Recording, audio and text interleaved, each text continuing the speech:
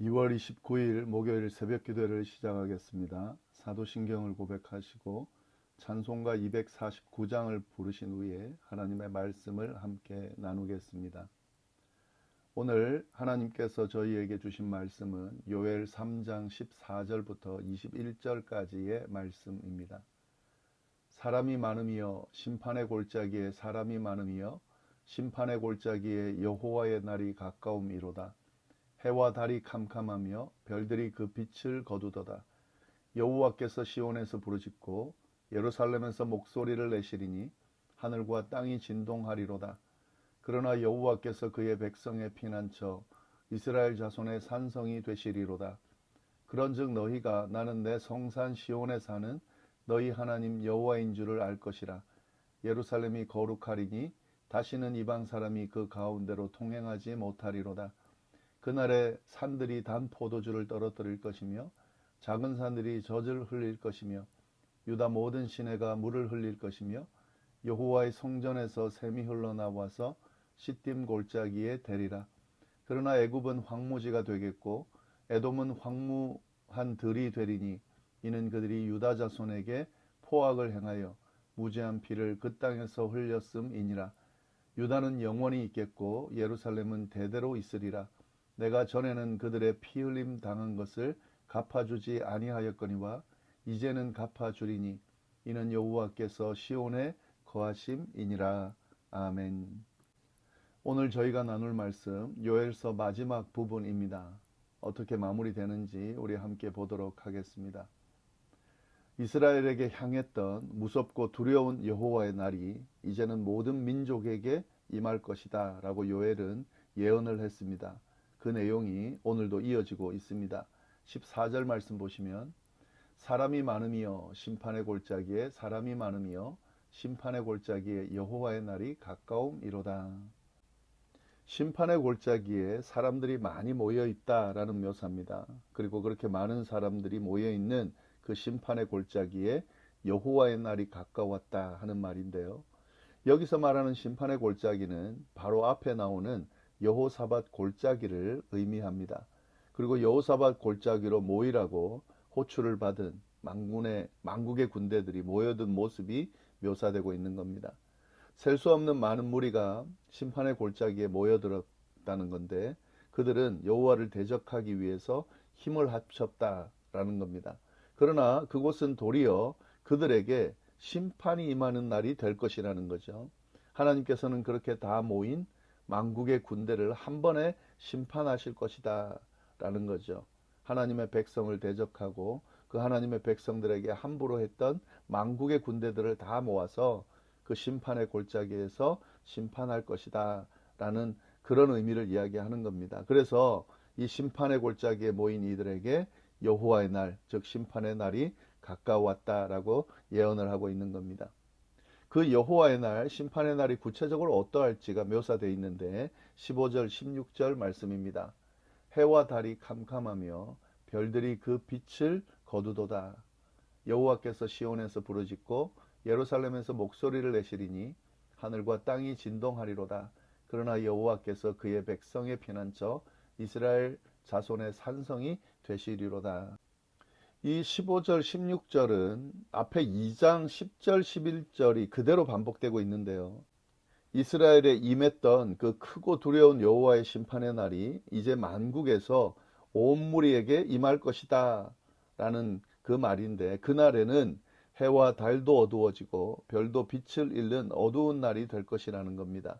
그때에 하나님은 시온에서 큰 소리를 내시고 예루살렘에서 소리를 발할 거라는 거죠. 사자가 포효하듯이 하나님께서는 이방 민족들의 군대를 하나님과 하나님의 백성들을 대적하고 핍박하는 그 악인들을 향해서 큰 소리를 칠 것이라는 겁니다. 그 소리에 하늘과 땅이 진동할 것이라는 거죠. 이건 그 만국의 군대를 심판하겠다라고 하는 그런 묘사를 이야기하는 겁니다. 근데 우리가 여기서 주목할 것은요. 이러한 심판의 날에 이 만국 군대를 심판하는 그날에 하나님의 백성 이스라엘에게는 다르게 다가갈 것임을 이야기하고 있습니다. 천지가 진동하고 자연의 질서가 깨지는 그 난리 속에 하나님은 이스라엘에게 피난처가 되신다라는 말씀이 같이 언급이 되어 있다는 것 우리가 잘 봐야 합니다. 만국을 심판하는 크고 두려운 날, 그러나 하나님의 백성에게는 그분의 보호 속에 안전하게 될 것임을 이야기하고 있는 겁니다. 17절 말씀을 보시면 그런즉 너희가 나는 내 성산 시온에 사는 너희 하나님 여호와인 줄을 알 것이라. 예루살렘이 거룩하리니 다시는 이방 사람이 그 가운데로 통행하지 못하리로다. 이스라엘은 시온에서 만국을 심판하고 자신들을 보호하시는 하나님을 보면서 여호와께서 자신들의 하나님이시라는 것, 그리고 거룩한 산 시온에 거하고 계시다는 것을 다시 한번 확인하게 될 것임을 예언하고 있는 겁니다. 이는 2장 27절에서 언급됐던 하나님의 임재가 있을 것이라고 하는 그 약속이 재차 반복되면서 확인되어지는 그런 구절이라고 볼 수 있습니다.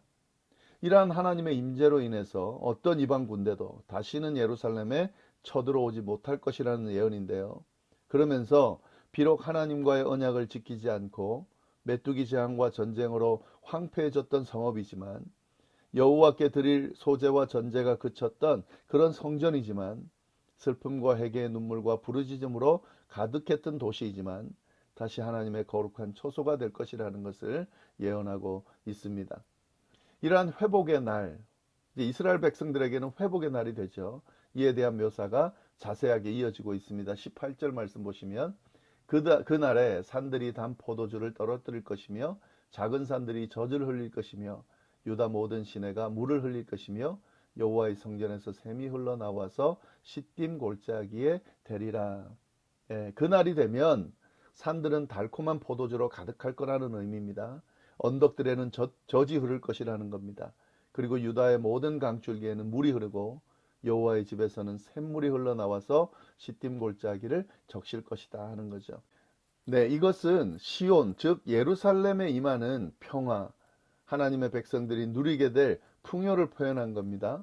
그러니까 완전히 회복될 것이다 라고 하는 사실을 묘사하고 있는 겁니다. 여호와의 날, 그 심판의 날, 하나님의 백성들을 대적하는 이들에게는 무서운 심판이 임할 것이지만, 하나님의 백성들에게는 이런 회복의 날, 하나님의 임재와 그 임재로 인해 주어지는 그 복들로 인해서 풍요로움을, 평안을 누리게 될 것이다 라는 예언의 말씀이 주어지고 있는 겁니다. 그러나 하나님의 백성들을 괴롭혔던 나라들은 그 대가를 치르게 될 것이다. 좀 구체적으로 언급하는데요. 19절입니다. 그러나 애굽은 황무지가 되겠고 에돔은 황무한 들이 되리니 이는 그들이 유다 자손에게 포악을 행하여 무죄한 피를 그 땅에서 흘렸음이니라. 이 앞에서는 두로하고 시돈하고 블레셋을 언급하면서 그 죄를 물었습니다. 이스라엘을 괴롭혔던 나라들 중에 하나인데요. 이제는 애굽과 에돔을 언급하면서 그들이 유다 백성에게 행한 폭력과 무죄한 피를 흘린 죄에 대해서 책임을 묻고 있습니다. 애굽은 전통적으로 이스라엘을 핍박했던 나라의 어떤 원형이죠. 이스라엘을 노예로 삼아 압제했었고, 이스라엘이 번성하지 못하도록 남자 아들을 학살했으며, 유다의 종교개혁의 주체자였던 요시야 왕을 전쟁터에서 죽이는 이런 일들을 행하면서 이스라엘을 괴롭혔습니다. 이에 대한 책임을 묻겠다는 겁니다. 에돔의 경우는 혈통적으로는 이스라엘과 같은 형제 나라죠. 그런데 위기에 처했을 때 이스라엘을 그들이 돕지 않았습니다. 이스라엘에게 길을 내주지 않았고요. 이스라엘과 지속적으로 전쟁을 벌였고 예루살렘의 멸망에 이르기까지 이스라엘을 적대시했습니다. 이런 이스라엘을, 하나님의 백성들을 대적한 그들을 하나님께서 그냥 두지 않고 반드시 책임을 묻겠다라고 하는 말씀을 하고 있는 겁니다. 그러나 이렇게 사람이 살지 못할 정도로 애굽과 에돔은 황폐하게 될 것인데, 그런데 예루살렘은 아니라는 말도 언급해서 이야기하고 있습니다. 예루살렘에는 영원히 사람이 사는 곳이 될 것이라는 약속이 선포되고 있습니다. 20절, 유다는 영원히 있겠고 예루살렘은 대대로 있으리라. 애굽과 에돔은 황폐하게 될 것이지만 유다는, 예루살렘은 대대로 존재할 것이다 라는 이야기입니다.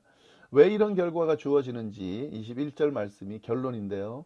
내가 전에는 그들의 피 흘림 당한 것을 갚아주지 아니하였거니와 이제는 갚아주리니 이는 여호와께서 시온에 거하심이니라. 예, 여호와께서 시온에 거하시기 때문에 유다는 영원히 있겠고 예루살렘은 대대로 있을 수밖에 없다는 거죠. 여호와께서 시온에 거하시면서 하나님의 백성들을 돌보시고 인도하실 것이기 때문에 이런 유다와 예루살렘은 풍요로울 수밖에 없다는 겁니다. 여기서 우리는 이 요엘서의 결론을 보게 되는데요. 여호와께서 시온에 계시다. 이게 요엘서의 결론입니다. 여호와의 날, 심판의 날이 임할 겁니다. 하나님의 백성이라 할지라도 그 하나님 앞에 범죄한 것에 대한 심판을 받을 겁니다. 그러나 그 심판이 그렇게 그냥 모든 것들이 멸망하는 것으로 끝나는 것이 아니라 하나님 앞에 회개하며 나아오는 자들에게 구원의 기회가 주어지고 하나님의 백성들을 하나님이 버리지 않으시고 붙드실 것이다라고 하는 그 말씀이 동일하게 주어지고 있다는 것을 우리가 주목할 필요가 있습니다. 하나님께서 시온에 계십니다. 이 말은 하나님께서 하나님의 백성들을 버리지 않으시고 구원하실 것이다. 구원하실 뿐만 아니라 돌보실 것이다. 그들의 고통과 억울함을 돌아보실 것이고 신실하게 인도하실 것이다. 라는 예언의 말씀이 이 요엘서 안에 핵심으로 자리 잡고 있다는 사실을 우리가 기억하면서 이 일이 하나님을 믿는 우리, 하나님의 백성들인 우리에게도 동일하게 일어날 것이라는 사실을 우리가 바라보면서 하나님의 때, 심판의 때를 기다리고 또 기대하고 또 스스로를 추스르고 하는 모습이 있어야 하겠습니다. 네, 함께 기도하겠습니다. 하나님 아버지 감사합니다.